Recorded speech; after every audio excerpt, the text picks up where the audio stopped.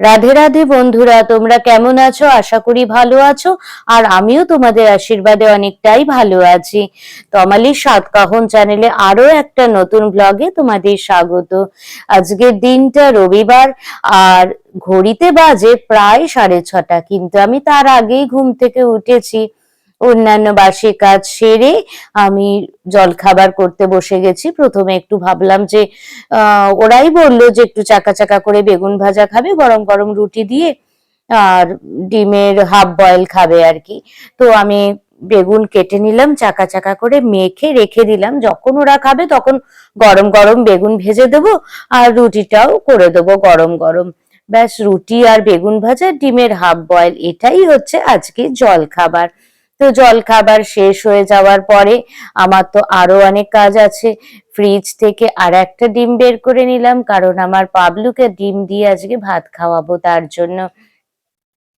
কারণ ও ডিম সাংঘাতিক ভাবে ভালোবাসে, আমাদের ডিম খাওয়া দেখে না ও আর লোভ সামলাতে পারে না। তো দেখো, আমি ডিম বসিয়ে দিয়েছি, ওকে ডিম দিয়ে ভাত খাইয়েও দিলাম। এদিকে ওর বাবার একটা খুব স্বভাব আছে যে স্নান টান করে এসে গামছাটায় অন্যভাবে রেখে দেবে, মানে দলা মোচড়া করে রেখে দেবে।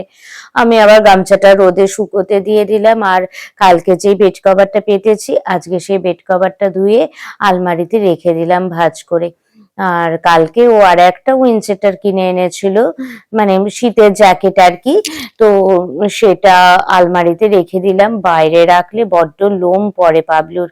আর ওদের তো জল খাবার খাওয়া হয়ে গেছে। আমি ভাবলাম আজকে একটু মুড়ি খাবো, আলু ফুলকপি ভেজে, আর একটু গরম গরম কড়া করে চা করে নেব।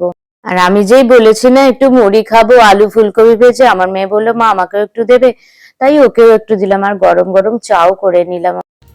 তো জল খাবার নিয়ে বসে পড়েছি, জল খাবার খাওয়া হয়ে গেছে। আজকে মুড়ি খেয়েছি আর চা খাচ্ছি, একদম কড়া করে শুধু দুধ দিয়ে আর চা দিয়ে, চা পাতা দিয়ে, দারুণ লাগে খেতে। আজকে সেরকম কোনো কাজকর্ম করতে পারছি না, কারণ বেরোতে হবে, দিদির বাড়ি যাব, দিদি মানে ননদের বাড়ি যাব। কালকে একটা শাড়ি কেনা হয়েছে, তো দিদিকে বলেছি ব্লাউজ করে দিতে, আর একটু ব্যাংকে যাব, তার জন্যে বেরিয়ে যেতে হবে তাড়াতাড়ি। এখনো ঠাকুর তোলা হয়নি। কালকে ওরা পেয়েছো এর ব্লাউজের ভিতরে, কালকে ওরা যখন এসেছিল দরজা খুলতে গিয়ে এই যে আঙুলের নখের অবস্থা, নখ কেটে ফেটে গেছে দরজা খুলতে গিয়ে।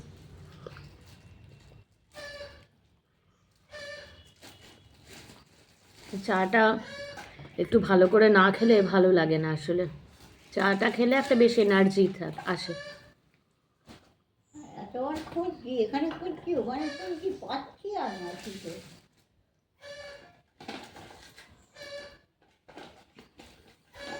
আবার গোলাপি সুতোটা দেখতে পাচ্ছি।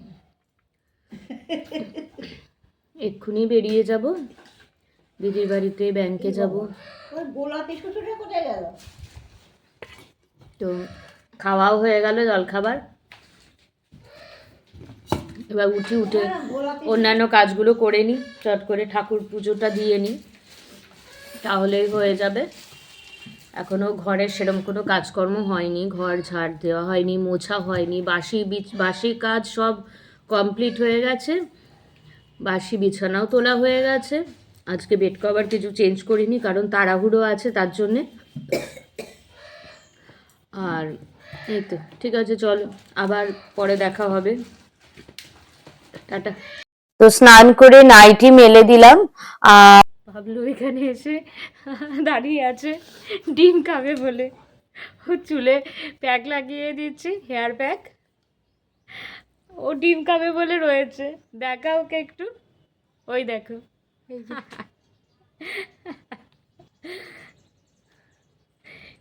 ওর চুলে হেয়ার প্যাক লাগিয়ে দিচ্ছি, ভাবছে যে যদি যদি একটু ডিম পড়ে, ডিম টক দই যদি পড়ে খুব ভালো হয়, আমি খেতে পারবো তাহলে। মাথা এরকম কর, সবসময় আমাদের সাথে থাকে, যাতে ও একটু ভাগে যদি পেয়ে যায় তো খুব ভালো কথা। আমাদের খাবার যদি ওর ভাগে এসে একটু পেয়ে যায় দারুণ ব্যাপার হবে, তার জন্য আমাদের সাথে থাকে। ও ভাবে যে বাই চান্স যদি দিদি মা কিছু একটা খেয়ে নেয় আমাকে না দিয়ে, চুলের এই সমস্ত কাজ করতে করতেই টাইম চলে যায়।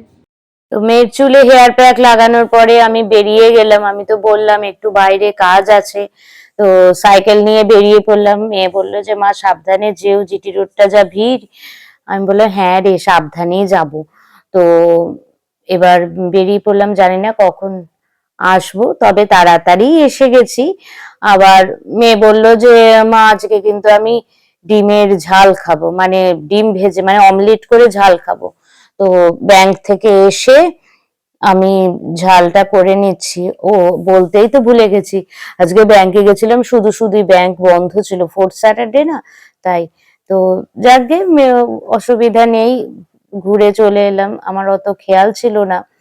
তো এই যে মেয়ের গ্রেভিটা হয়ে গেল ডিমের অমলেটের, এবার জল ঢেলে দেবো, প্রায় হয়েই এসেছে, এটা বেশি টাইম লাগে না, একটু ফুটলেই হয়ে যায়। আমি ভাবলাম আমি বা কি খাবো, ওই দুজনে দুটো ডিম দিয়ে অমলেট করে একটু গ্রেভি মতন করে নিয়েছি। আর আজকে দুপুরের খাবার হয়েছে দেখো, গরম গরম ভাত, আলু সেদ্ধ, আর ওর বাবা তো আজকে নেই, বিভিন্ন রকম ভাজা, পোস্ত বড়া, পটল ভাজা, বেগুন ভাজা, এখানে উচ্ছে চচ্চড়ি, ডাল, অড়হর ডাল, আর এখানে ওর বাবার জন্য একটু আলু ভাজা করেছে। আজকে তো নেই, ও মধ্যমগ্রাম গেছে, তারপরে দক্ষিণেশ্বর যাবে। আর আমার শাশুড়ি বললো যে ওর প্যান্টটা একটু আয়রন করে দিতে, মানে ওর বাবার।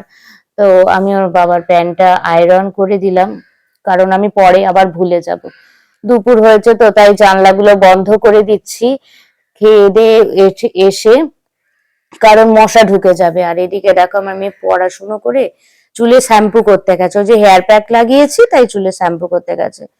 আমি ভাবলাম যে বিছানাটা করবো যখন, মানে দুপুরে শোবো বলে, তাই বই খাতাগুলো গুছিয়েই রাখি। বই খাতাগুলো গুছিয়ে রাখলাম, আর ওদিকে ওই জানলাটা বন্ধ করে দিলাম, নইলে বড্ড মশা ঢোকে। যদিও আমার জানলায় নেট লাগানো আছে, তাও মশা ঢোকে।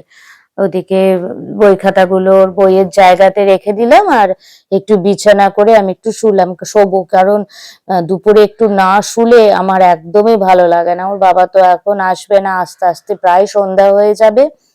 মেয়েকে আমাকেই পড়তে দিতে যেতে হবে, পড়া থেকে নিয়ে আসতে হবে। যদিও আজকে আমার টিউশন থাকে না, শনিবার স্যাটারডে টিউশন থাকে না আমার, স্যাটারডে আর সানডেটা আমি ছুটিই নিই, কারণ সারা সপ্তাহে করি বলে। তো বিছানা করে দিলাম, আমি আর মেয়েই আজকে শোবো। আর এই দেখো মেয়েকে নিয়ে পড়তে যাচ্ছি, প্রায় সন্ধ্যা হয়ে গেছে, এখন তো 5টার সময়তেই সন্ধ্যা হয়ে যাচ্ছে। আর দেখো মেয়েকে বললাম যে সোয়েটারটা ও ভালো করে জ্যাকেটটা পরে নে, ও বললো না গরম লাগবে হাঁটতে হাঁটতে। প্রায় সন্ধ্যাই হয়ে আসছে এদিকে। আর বেশি ব্লগটা বাড়াচ্ছি না, গোপালকে রাত্রিবেলা হয়ে গেছে, গোপালকে খেতে দিচ্ছি, কলা দিয়েছি আজকে, তারপরে গোপালের শয়ন করিয়ে দেব।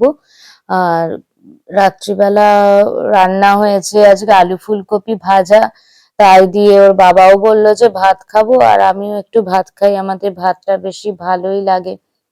গোপালের জামাটা চেঞ্জ করে দিই, চেঞ্জ করে দিয়ে গোপালকে শয়ন দিয়ে দেবো। তো আজকে ব্লগটা কেমন লাগলো অবশ্যই জানিও।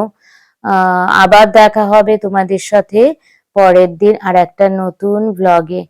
তো যতক্ষণ পরের দিন আসছে ততক্ষণের মধ্যে তোমরা সুস্থ থেকো, ভালো থেকো। আর আমার ব্লগটা কেমন লাগলো অবশ্যই কিন্তু জানিও। এই যে গোপালের জামা ছাড়িয়ে দিলাম, এবার গোপালের বিছানাটা করিয়ে দিই, কারণ গোপাল তো শোবে। বিছানা আমিও গোপালকে তুলি যখন তখন পরিষ্কার করেই রাখি, তাই গোপালের খাটটা না খুবই ছোট, আসলে আমার গোপাল একদম জিরো সাইজ তো, তাই ওর খাটটাও ছোট। গোপাল ছোট কিন্তু খাটটা বড় হলে কেমন লাগবে, যদিও একটা কাঠের খাট আছে, কিন্তু যেন কেমন লাগে, ফাঁকা ফাঁকা লাগে, তাই আমি ছোট কাঠেতেই ওকে শোয়াই। গোপালকে শুয়ে মশারিটা টানিয়ে দিলাম, আর এখন ঠান্ডাটা কম বলে একটা হালকা কিছু ঢাকা দিয়ে দিই। আর এদিকে আমার শাশুড়ি দেখো ভাত বেড়ে দিচ্ছে। তো আজকের মতো এইটুকুই, টাটা।